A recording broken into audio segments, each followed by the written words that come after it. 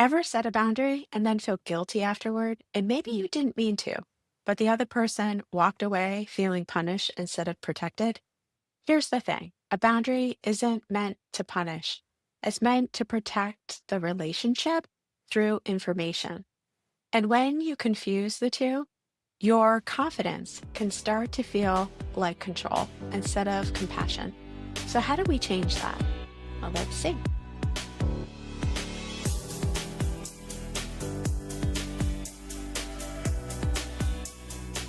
When we first start setting boundaries, especially after years of people pleasing or overgiving or withdrawing out of the blue, our pendulum swings.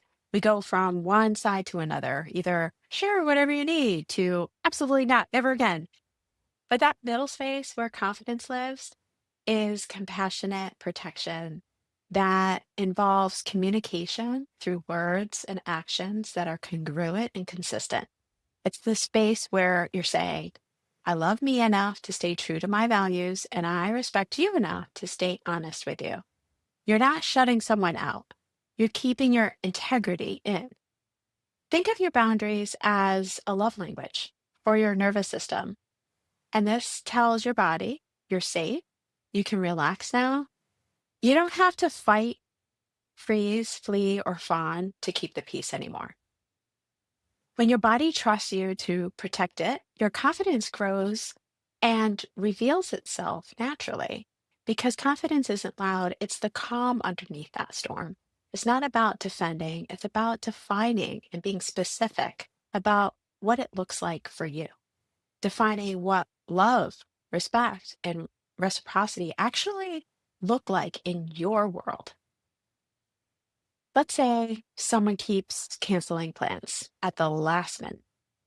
You might feel hurt, and your first instinct might be to pull away completely without a word. That's punishment disguised as self protection. And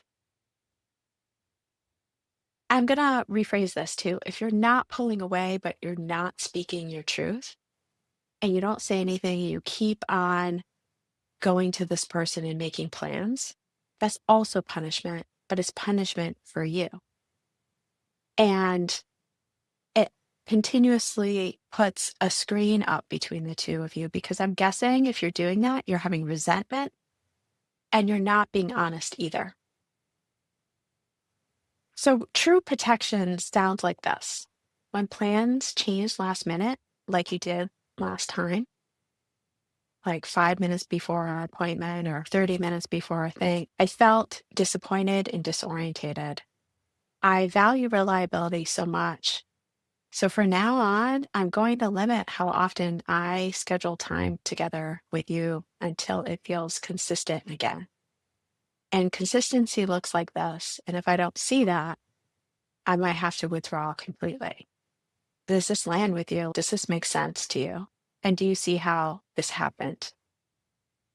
Is there something that you think we could do to meet together to get our needs, both of our needs met? Because I know that you're busy. And there's so many ways of describing this. Like you could paraphrase with a positive, like, I know you're crazy busy and I value your time. I also value my time. And when you say, like, when plans change last minute, be specific. What happened? They canceled 30 minutes. Everything is an assumption or expectation. And we assume people understand what last minute means, and they might not. And be really clear about what you want to see. What's your limit? And this is where you have to know yourself. And you might not. You might be like, I'm not really quite sure, but I know that I need for you to hear me right now. And that's most important in this moment. I need for you to see that this really hurt me. Can you understand how this could have hurt me? And that might be the first thing. Do you see the difference here? Like saying and communicating and being really honest versus withdrawing or just not saying anything or being passive aggressive, making a remark, a funny remark is hurtful. It's punishment for you and them.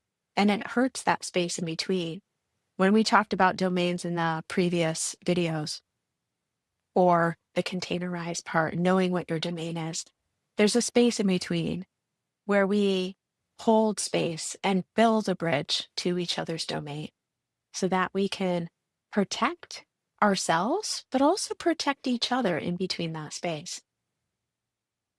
So when we withdraw or just say nothing or we do some passive aggressive remark, they cut off connection to manage our pain or the other person's pain, but pretty much to manage our pain because it's uncomfortable and it's scary to be vulnerable. The other, by naming our values, keeps the door open for trust to rebuild and to show up. You want to know who you're dealing with. And when you don't communicate what your needs are and really know what that is, you'll never see who you're dealing with. And you'll never see whether or not they can show up. Punishment comes from your protective parts,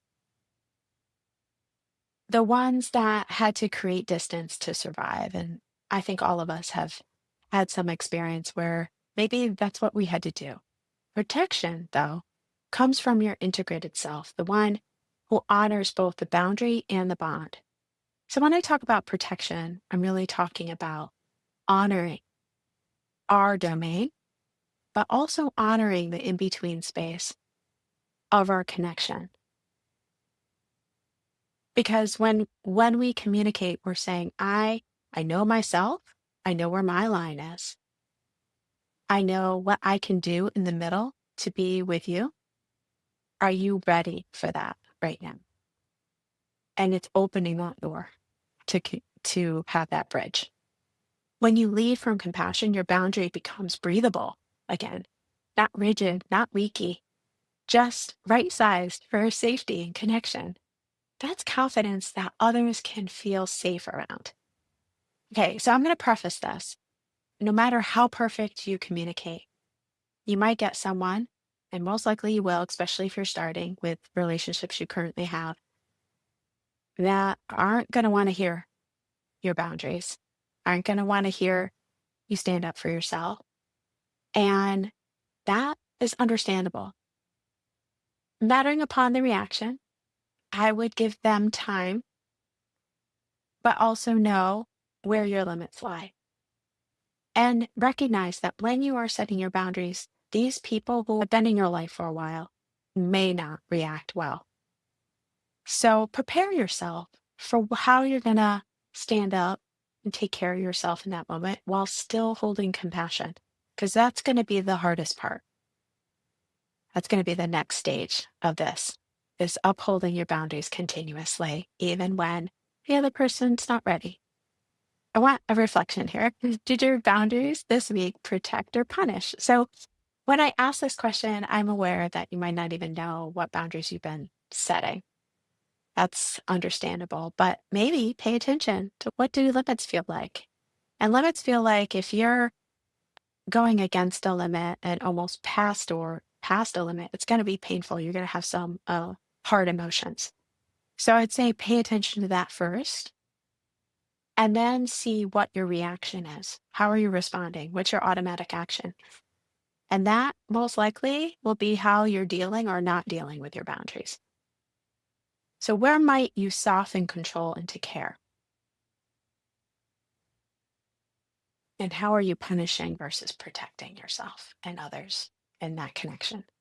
And what would it sound like to set the same limit, but with love and compassion? What does that look like? Before you say no, try this inner check in. Am I protecting my peace or punishing my pain? So, what that means is that limit that you're going against, that's pain, right? Internal pain. You feel that. It's some hard feeling. And a lot of us don't want to feel that. So instead, our thoughts of protection are to withdraw or just pretend it's not there, stuff it down. And we use that reaction to keep the peace, right? Keep the peace. But the reality is, peace doesn't come that way. It might feel like it in the moment, but the reality is long term, no, it's actually much more painful. If it's peace, say it clearly and calmly. So that's When you're really gotten yourself into that peaceful state, you can then be clear and calm. If it's pain, allow yourself to step back and breathe first and regulate. And then say, hey, I'll be back in whatever, and I'll be able to address this when I'm regulated. And speak from your values, not your wounds. And that's what we did on.